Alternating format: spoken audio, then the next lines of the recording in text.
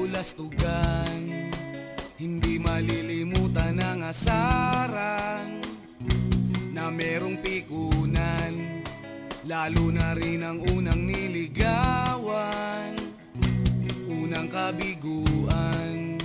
At dyan nasiseryoso ang usapan, ang pagdadamayan ng tunay at tapat na kaibigan.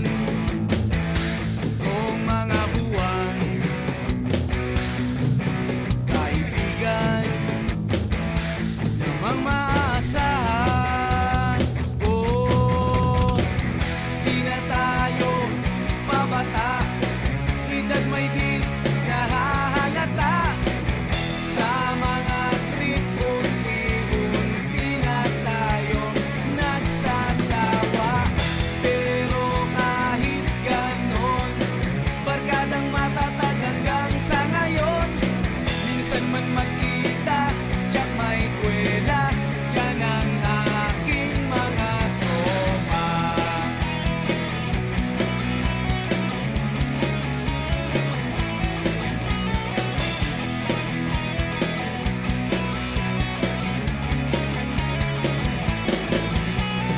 Inuman na pang magdamagan, minsan inaabot pa ng ayaan, na kung saan-saan, na para bang walang kinabukasan at kahantungan.